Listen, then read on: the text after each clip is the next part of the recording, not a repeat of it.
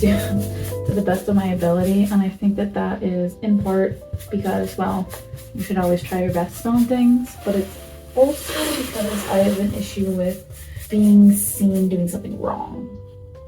And that is something that I struggle with even now, which is why I'm currently painting what I want to be the backdrop for my sit-down vlogs, because I don't feel like there's any place in my house right now that I would want to film in the aesthetic that I set for this channel.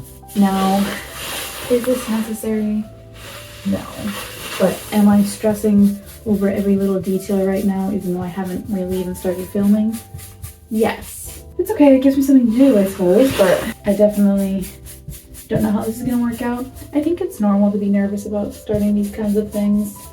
And it's funny because I'm the kind of person who could talk for hours about any topic. You give me something and I will run with it.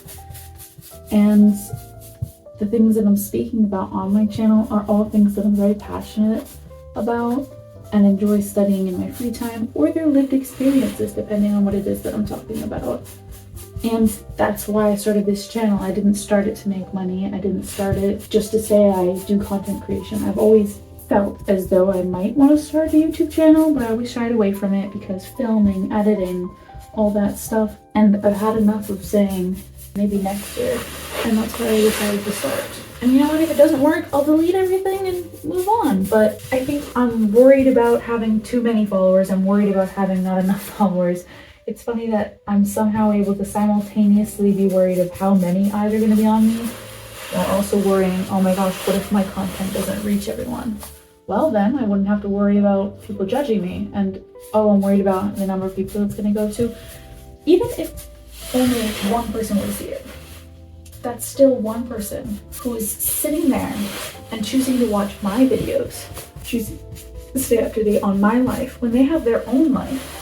Is staying up to date on. It means I'm helping one person. If that has a butterfly effect and ripples to touch those outside of the person who actually saw my content, then I'm happy with that. I just think I'm getting the jitters of not starting. Even now, you can see I'm talking pretty fluidly, but I've been trying on and off to film starter content, just me talking about some topic, just so I can have something to practice editing on, because I've never edited a video until this point. So that's a new skill that I'm learning, which is super fun. I don't really think I'll use it in my career path of choice, but that's okay, you never know. I could have a career swap somewhere down the line. But I wanted to edit some content, so I needed to film something so I could just get the feel of what I wanted it to look like. And as soon as I pressed that button and looked into the camera, I felt fake. I felt like I wasn't actually getting the points made that I wanted to make. Which is funny because the second my back is actually turned to the camera and I'm just talking to myself, which I do all the time, another reason for me to start this channel, my words flow. I have clear thought and I don't feel fake because I know this is how I would talk to myself normally. I just think the act of setting up a camera and knowing that I'm gonna have to edit out the weird clips and edit out my rambling so it's just one cohesive video that's not too long, well, maybe that's what gets me, but my brain just freezes. And you know what? Thank goodness I'm getting this opportunity and experience to go and challenge my brain like this, because now in the future, when I'm filming, or even if I'm not filming, this year one of my goals was to work on public speaking. Well, this isn't exactly public, but it's still something uncomfortable. I'm talking towards the camera knowing that people will view it in the future, but I'm not actually looking at a person. So I need to speak as if I'm speaking to someone else, which again, I already do because I have an issue with talking to myself. Issue. I don't know how to consider it an issue. And it's just adding that camera in front that seems to slap you right in the face and say, whoa, this isn't normal. But I do enjoy it. And I just think that, again, even if nobody views my content, I'm still posting it out there and maybe it'll help someone.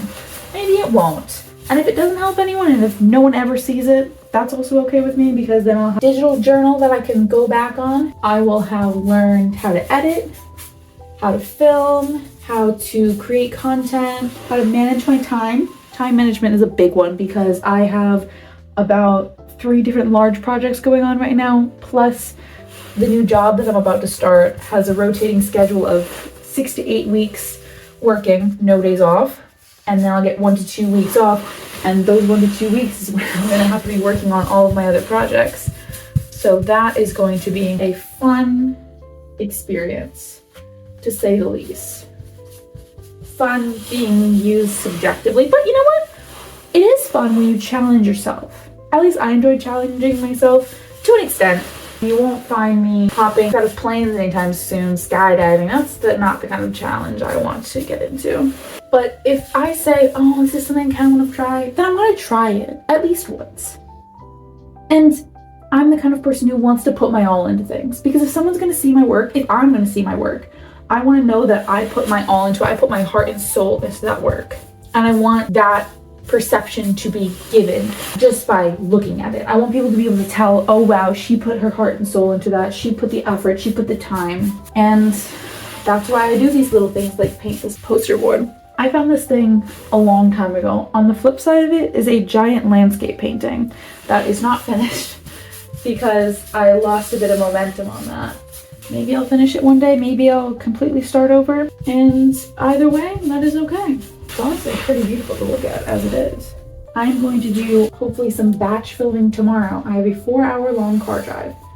And so I'm going to test drive hopefully 2 or 3, maybe 4 different car vlog videos.